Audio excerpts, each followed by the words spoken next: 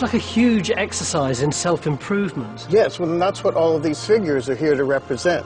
The female allegorical figures that represent the highest pursuits of the human mind: science, law, poetry, history, philosophy. And not particularly Christian. No, no, very secular. Religion is here, but she's just one of 8 figures. It's almost Masonic, isn't it? Well, it's not a Masonic building. It just shares some of the same iconography. And I really think it's one of the most magnificent rooms in Western architecture.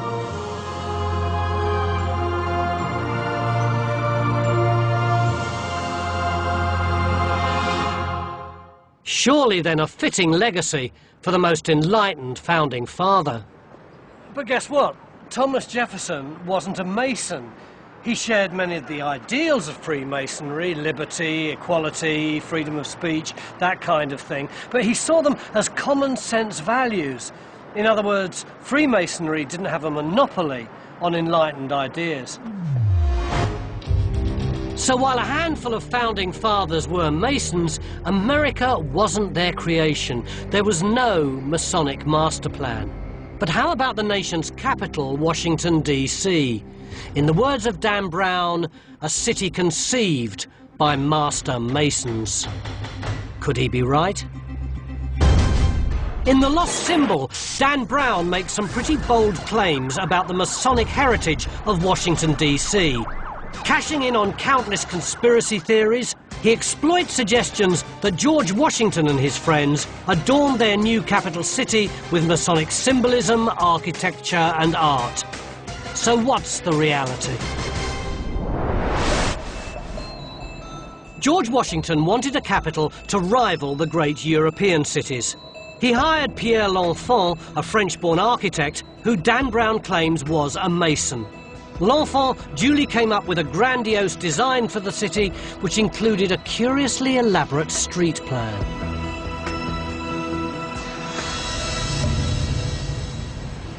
This is the original L'Enfant plan of Washington, and you can see that it's designed in a grid shape, but it's not the standard grid that you might get in somewhere like Milton Keynes or Harlow Newtown. There are lots of stars exploding all the way over it, and in addition there are all these diagonal lines, all these avenues crisscrossing the grid as well. And what that means is that if you look at it very closely, shapes start to emerge out of it, little symbols and things.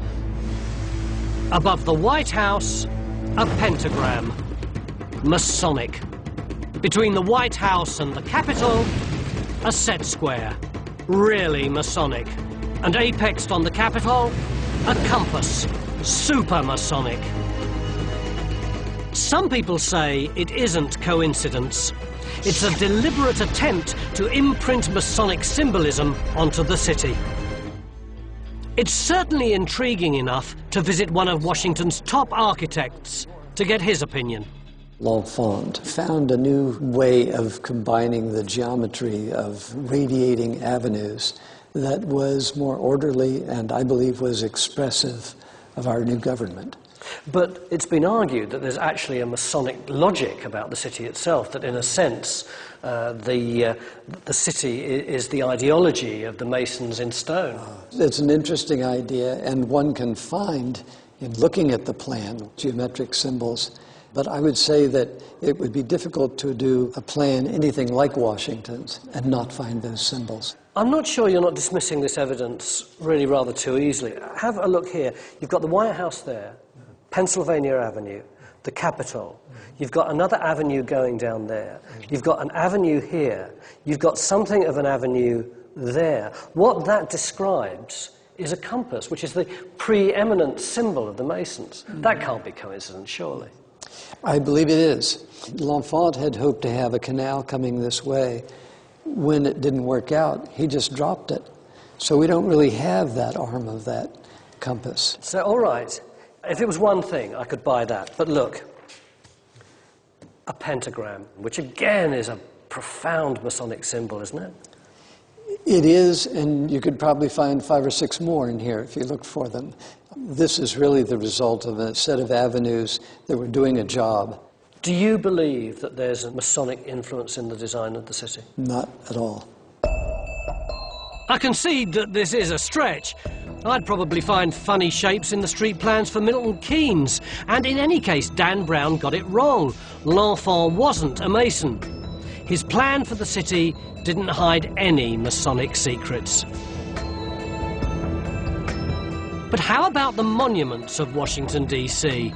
One structure in particular is visible from all over the city and gets Dan Brown's pulse racing. This curious obelisk, the Washington Monument, is the world's tallest stone structure. It harks back to ancient Egypt, as do so many Masonic symbols and myths.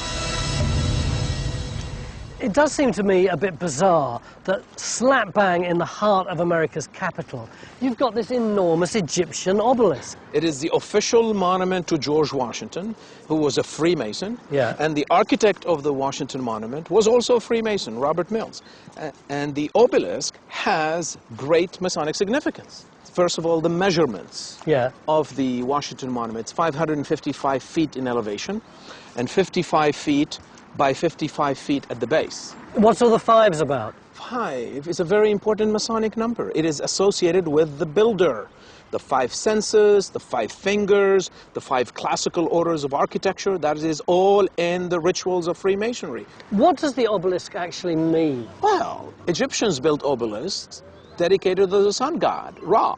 An obelisk is a cross-section of a beam of light. And George Washington... I don't know what you're talking about. Well, you know, think about it, the spectrum of sunlight. It is made up of 7 colors, the 7 colors of the rainbow. So why is that significant in the middle of the capital? Because George Washington succeeded in bringing together the diverse populations of the colonies to form one nation. It's the Rainbow Coalition.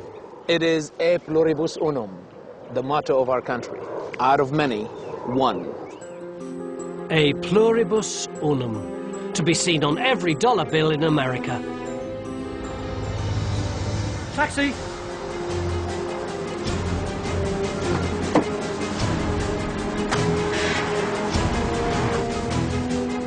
Our hero, Robert Langdon, and the beautiful scientist, Catherine Solomon, are in a cab heading down Pennsylvania Avenue because they're trying to escape from the CIA, and behind them the lights are flashing, and there's trucks and there's cars. And if they're caught, they know that they'll have to surrender the ancient mysteries which they've sworn to protect. And Catherine is trying to work out the latest puzzle that they've been confronted with. And suddenly she goes, "Ah! Ah! Stop the cab! Stop the cab!" That's what she says. But stop the cab anyway. Okay, thanks, sir. What she was showing him was this, a $1 bill, which she can see is absolutely riddled with Masonic symbols. You see this unfinished pyramid? That's a massive Masonic symbol, and above it you've got an all-seeing eye. That was such a big Masonic symbol that George Washington had one of these on his Masonic apron. But this is the weird thing.